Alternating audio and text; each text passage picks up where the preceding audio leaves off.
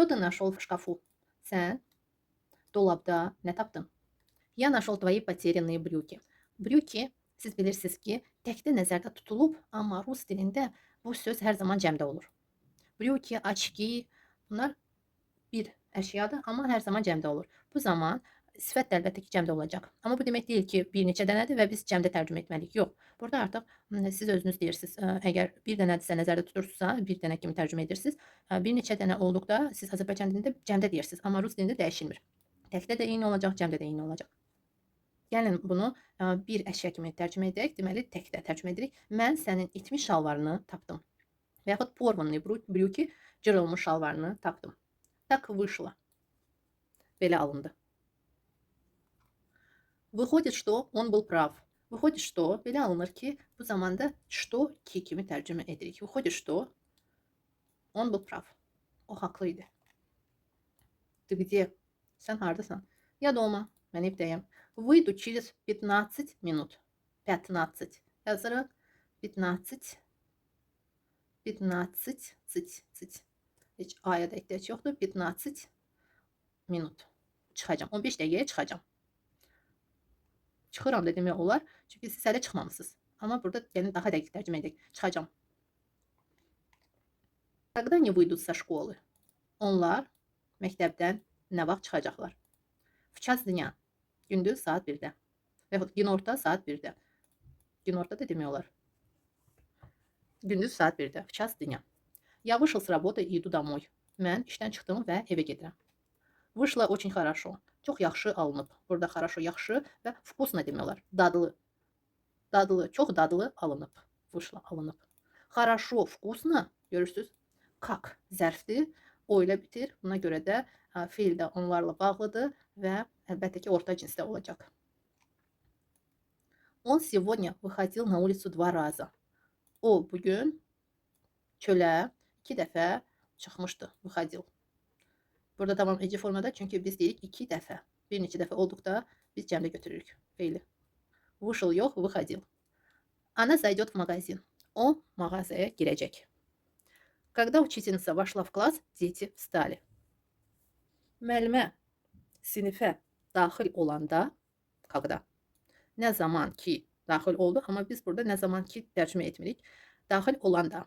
Когда вошла. Məhz daxil olmaqla когда əgər istifadə olunursa, bu zaman biz sinifə daxil olanda da kimi tərcümə edəcəyik burada. Дети встали. Uşaqlar ayağa qalxdılar və yaxud durdular.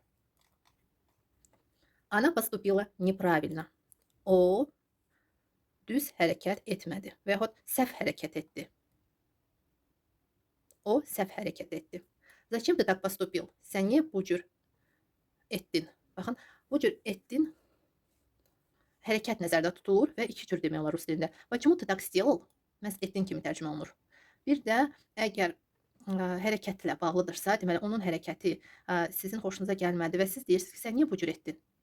Bu zaman rus dilində поступил kimi tərcümə edirik. Və həmən sözdə başqa cürdə tərcümə olunur. İki mənalıdır. Deməli, когда ты поступил в институт? Burada artıq daxil olmaq kimi tərcümə olunacaq. Biz bu feilləri keçmişik. Sadəcə məşq edirik. Buna görə də mən sizin üçün bunu yenidən təkrar edirəm, sizin yadınıza salıram. Deməli, поступил həm etdin, поступил həm daxil olun. Əgər hansısa bir müəssisəyə, işə, instituta, universitetə, kollecə, hər hansı bir müəssisə. Baxın, müəssisədir burada və burada поступил artıq daxil olduğun kimi tərcümə olunacaq. Sən nə vaxt instituta qəbul olundun? Daxil oldun, qəbul olundun. В этом году, bu il, в прошлом году, keçən il, 2 года назад, 2 il əvvəl. К сожалению, мы не будем проходить русский язык в школе. Təəssüf ki, к сожалению, təəssüf ki deməkdir. Biz rus dili məktəbdə keçməyəcəyik. Не будем проходить. Burada yenə, baxın, будем sözündən mən istifadə etdim. Nəyə görə? Burada məhz bu cür daha düzgündür. Çünki siz bilirsiniz ki, hər il qanun dəyişilir. Ola bilsin ki, yeni nəsə bir qanun qəbul etdilər və bu ildən olmasın, gələn ildən ola bilsin ki, rus dili keçəcəklər. Bu hələ dəqiq deyil. Məhz bu ilə aid olduğuna görə budim sözündən biz istifadə edəcəyik. Budim və sonra fiil. Çoxsu gələcək zamanı məhz bu cür öyrənir. Amma yenə də deyim sizə, yadınızda saxlayın. Hər bir halda Bu cür demək olmaz, qətiyyən demək olmaz. Əgər əminliklə deyiriksə, onda gələcək zamanın feili ayrıdır, təkdir. Amma əgər dəqiq bilmiriksə, əgər şübhəniz varsa, əgər fikirləşirsiniz ki, qanun dəyişiləcək, nəsə yeniliklər olacaq yenə, bu istisna bu ilə aiddirsə, o zaman biz məhz будет feilindən istifadə edəcəyik. Будет, budem, budeti burada şəxsə görə dəyişilir. Biz burada görürsüz cəmdə götürdük, buna görə yem olacaq. Deməli bu будет, быть əslində dəyişilmə forması bıtdır. Bıt sözü şəxsə görə şəkilçi qəbul edir, amma bu sözdən sonra feil infinitivdə olacaq, dəyişilməz formada, şəxssiz olacaq.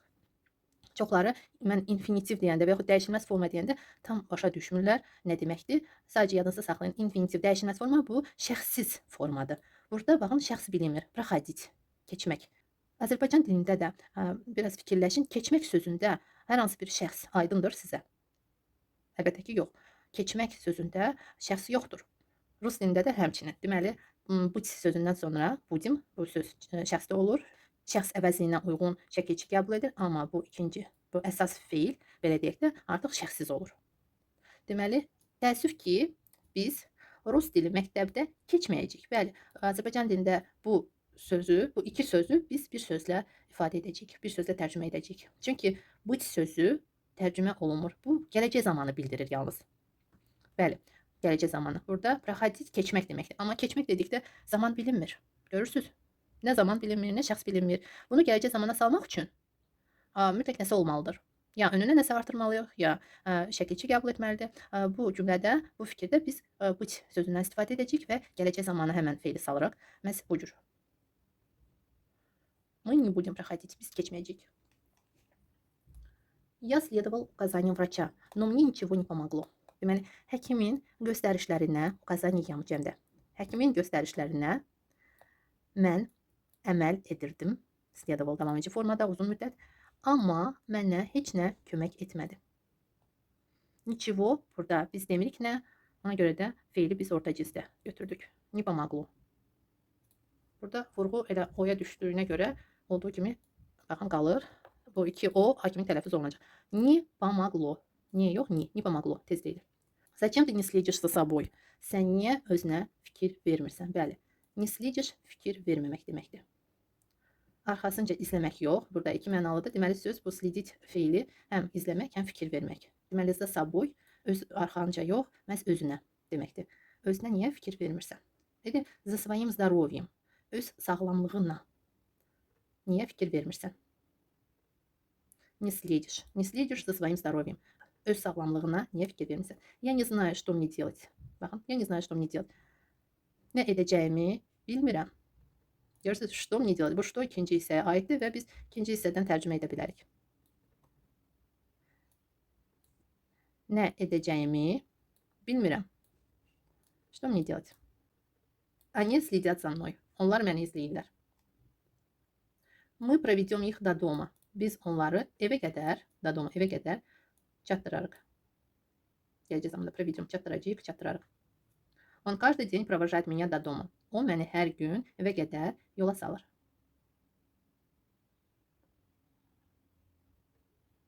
В детстве я проводил все каникулы в деревне у бабушки. Baxın, burada artıq başqa bir mənada olacaq həmən feil. Deməli, uşaqlıq vaxtlarımda mən bütün tətilləri, deməli, kənddə nənəmin yanında keçirirdim. Bir var yola salmaq, провожать, провожать. Baxın, yola salmaq, проводить, keçirmək. Burada ж'dır, burada d'dır. Bu feildə biz keçmişik. Твои необдуманные поступки создают нам проблему. Sənin düşünülməz hərəkətlərin, bəli, необдуманные поступки düşünülməz hərəkətlər deməkdir. Düşünülməz hərəkətlərin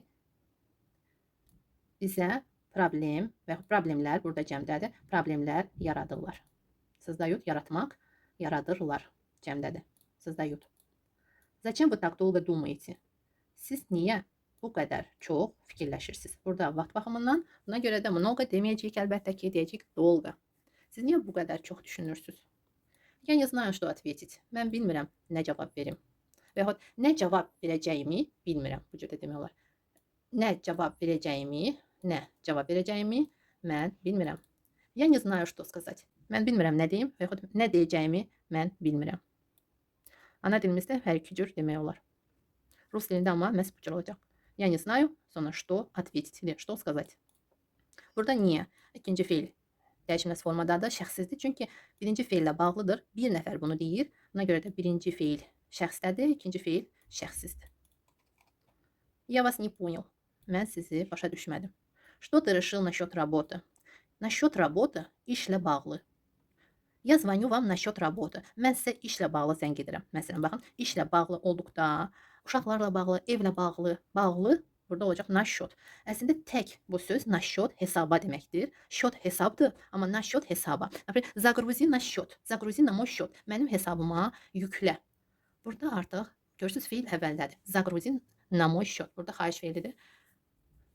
Bu zaman əlbəttə ki счет hesab olacaq. На мой счет или на счет. Mənim hesabıma. Amma насчет работы, насчет дома. Görürsüz burada ardı gəlir. İşlə bağlı, evlə bağlı, uşaqlarla bağlı. Sən uşaqlarla bağlı nə qərar verdin? Решать həm həll etmək, əgər misaldırsa, hansısa bir məsələ ilə bağlıdırsa, olacaq qərar vermək. İnanıram ki, yadınızdadır. Əgər yadınızda deyilsə, tövsiyə edirəm, qayıdıb yenidən baxasınız, yenidən təkrar edəsiniz. Bu çox vacibdir, dostlar. Təkrar etmək vacibdir. Siz indi əgər çətinlik çəkirsinizsə, siz bilirsiniz ki, material dərsdən dərsə çoxalır.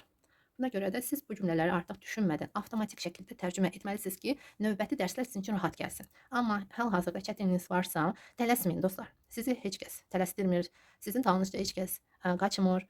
Belə deyək də, sizdən mən hər hansı bir imtahan almayacağam. Bu sizin üçündür. Siz əgər rahatlıqla öyrənmək istəyirsinizsə, geniş şəkildə rahatlıqla danışmaq istəyirsinizsə, siz gərək bu bütün feillərin tərcümələrini, formalarını yadda saxlayasınız. Bu da çox vacibdir. Əlbəttə ki, bunun üçün də siz gərək çoxlu təkrar edəsiniz.